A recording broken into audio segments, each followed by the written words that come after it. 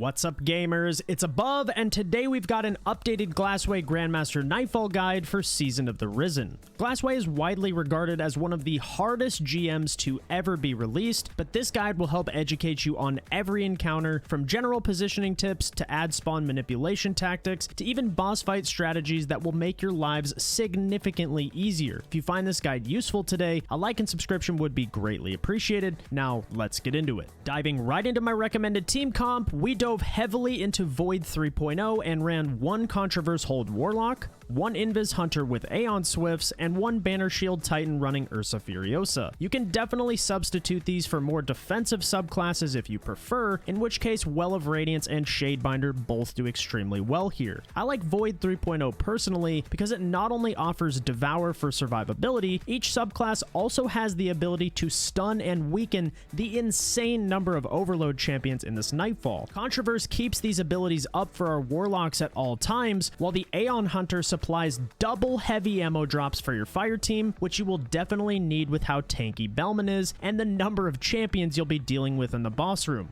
Banner Shield will also help you safely clear ad dense choke points and act as your get out of jail free card when you need to get a risky res. Anarchy was king for this Grandmaster during the past two GM rotations, but with its recent nerf, we now have much better options at our disposal. There are three very important things to cover with our weapon choices here. 1, we'll need to come prepared for both anti-barrier and overload champions. 2, we'll need to cover both solar and arc shields. And 3, blinding grenades help tremendously in the boss room, and I'll be touching more on that later in the video.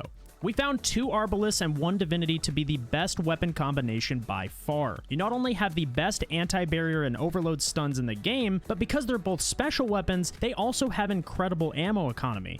Arbalist can shoot through the boss's shields for easy damage, which is nice because the rotating shield can be a pain to deal with, and it single-handedly takes care of all of the shield types in this Grandmaster. If you don't have Arbalist, Witherhoard is another great option because it also has the ability to go through the boss's shield. We paired this with linear fusions in the heavy slot due to their solid damage and ammo economy, and the fact that both linears will benefit from the same scavenger and ammo finder mods. Because of the ridiculous amount of champions in this GM, having a high damage heavy with consistent ammo is crucial. I recommend pairing Arbalist with an Overload auto rifle so that you have both champion stunts covered if needed. Your div user will actually be running double special with a blinding GL in the kinetic slot. If you aren't comfortable with double special though, feel free to replace one Arbalist user with a blinding GL and some sort of anti-champ primary with an exotic like Anarchy or Galahorn in the heavy slot. That way the div user can run a primary in their kinetic slot, preferably an anti-barrier weapon to double up on champion mods as much as possible. As for key armor mods, I recommend Thermoshock Plating and Void Resist to help you stay alive, Special Finisher to keep your double special user topped up on ammo if you decide to use that strategy, and Overload Grenades for another form of champion stun. Make sure your Aeon user has both Sect of Insight and Lucent Finisher equipped so that you get 2 bricks of heavy ammo every time you finish a champion. We made a video on this about a month ago, so feel free to go check that out in the description below. If you use Elemental Well builds, I highly recommend seeking wells to have them track towards you. This GM is pretty long range and the boss room is extremely dangerous, so you won't always be able to go out and get the elemental wells that you need. Having them track to your location is extremely helpful for this Nightfall specifically. Some important Void 3.0 fragments are Echo of Undermining to gain a weakening effect on your Void grenades, Echo of Obscurity to grant invisibility when finishing a target, and Echo of Persistence to give these abilities greater uptime. If you're using Echo of Starvation for Devour, make sure you have a Siphon mod to generate orbs with, otherwise that fragment will be completely wasted. Diving right into the Nightfall, there's a chance you'll have a public event rally flag on your right or left hand side, so definitely grab one if you can to speed up the start of this GM. As you approach the first set of ads, have your Voidlock throw their overcharged grenade on the Overload Captain to suppress it while you clear the oncoming wave of enemies. I don't recommend pushing up much further than this rock, however, because if you do so, it will spawn in sniper shanks while you're trying to kill the Overload Captain and make this extremely annoying. So clear from here and then push up and take out the sniper shanks separately. As you enter the first room, have one person jump down to spawn the ads, then jump back up on the ledge with your team and clear from the high ground. The Overload champion will expose itself on the back left-hand side of the arena, so be ready with Divinity and take it out immediately. Wretches will begin pushing towards you, so keep an eye out for that. You're now safe to jump down and spawn the second wave of ads. A barrier champion will spawn in behind the pillar on the right, so try to get a finisher finisher on this champion to top off on ammo. The next room contains a mini-boss by the name of the Warrior's Enforcer. The key here is to play cover behind the rock near the entrance of the room. There will be 2 sniper vandals that spawn near the back right-hand side of the arena, and you need to make them your first priority. Once dead, shift your focus to the Overload champion and spawn kill it if you can. Now that the other major threats are dead, you can focus on the Warrior's Enforcer. He likes to chill near the middle of the arena, and though it's an easy kill,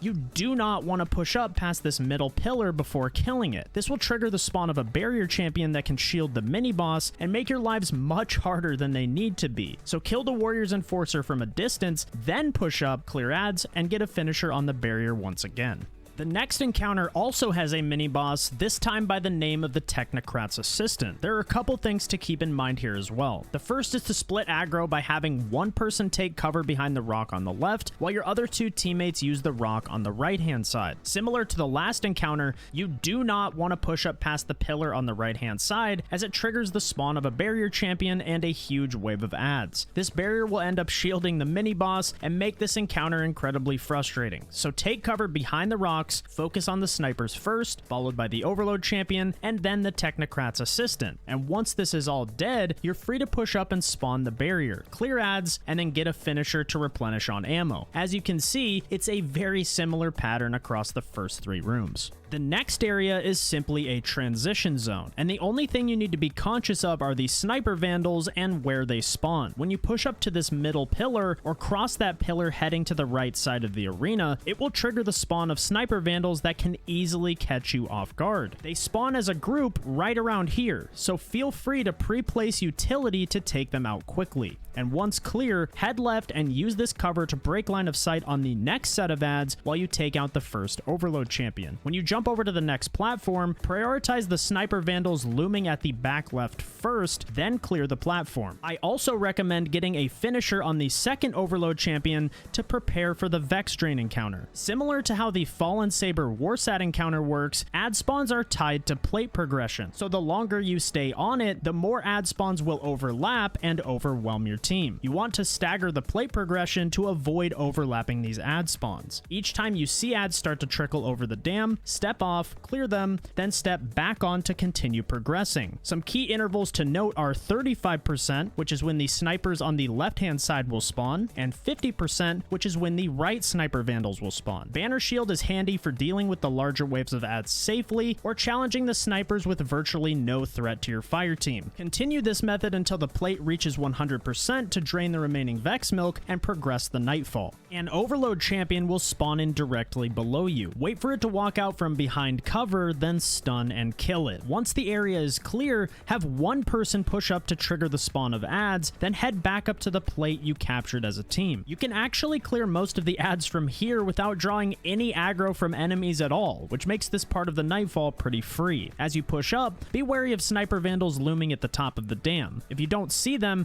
they've likely jumped down to the back platform near the entrance of the boss room. Once clear, get a finisher on this barrier champion to stock up on ammo, and I also recommend getting a second finisher on the Overload champion in the boss room, because even if you're full on ammo, this boss has a massive health pool and it's always nice to have extra bricks lying around. Once the Overload dies, the encounter begins. We like to use the left room because this has the best sight lines by far and plenty of cover to use if enemies teleport on top of you, which Wyverns and Overload champions like to do a lot. The first wave will spawn in Bellman, the Transcendent Mind, its mini Hydra boss companion, and 2 Overload champions. This is where blinding nades are absolutely crucial to your success in this Grandmaster. The biggest mistake that people make is instantly health gating the mini Hydra when it pushes into your room, and that only makes sense. It's natural to want to get rid of that threat when you see it, but you actually don't want to health gate this boss right away, because if you do, it actually triggers the spawn of 2 additional Overload champions. This means you'll be dealing with 4 of them at the same time instead of just 2, which makes your lives way harder than they need to be. Instead, use your blinding grenades to keep the mini Hydra blinded,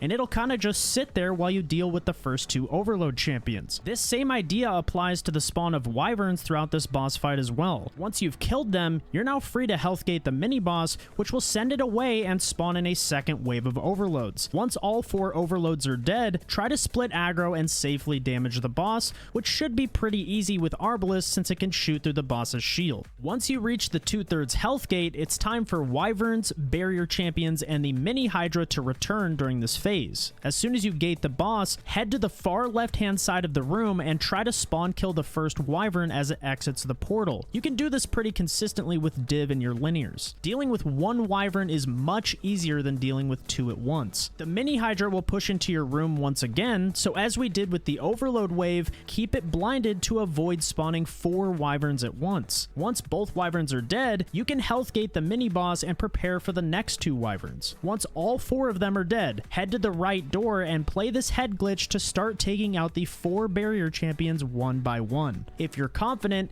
you can get finishers on 2 of the champs to fully replenish your ammo, and when all of them die, Bellman will return once again. The Overload champions will be returning for a second time, so be ready for them as the 3rd phase begins. They usually funnel through the middle doorway, but be sure to keep your head on a swivel because they can wander to the right and left doors as well. Once dead, you'll need to get Bellman to 50% health to spawn the next 2 Overload champions. Play the main hallway yet again, and be ready to team shot the champs, then health gate the boss to 1/3 health to progress the encounter. As you can see, there is a pretty distinct pattern that you can pick up on with how this boss fight works. The final wave consists of Wyverns, Barrier Champions, and both bosses up at the same time. Be ready to blind the mini-boss to avoid spawning the second set of Wyverns before killing the first set, and use your supers to your advantage here. Once the first 2 Wyverns die, kill the mini-boss, followed by the next 2 Wyverns, and now we're in the home stretch. To get Platinum, simply have one person bait Bellman to the far left-hand side of the arena, while your other 2 teammates take out the 4 Barrier Champions. Once they're all dead, focus on Bellman, and the Glassway Grandmaster Nightfall is a GG. If you found this guide useful, a like and subscription would be greatly appreciated. You can also catch me live on Twitch over at twitch.tv/above, where we help gamers with GMs almost daily. Anyways, guys, that's it from me. Thank you so much for watching, and I'll catch you next time. Peace!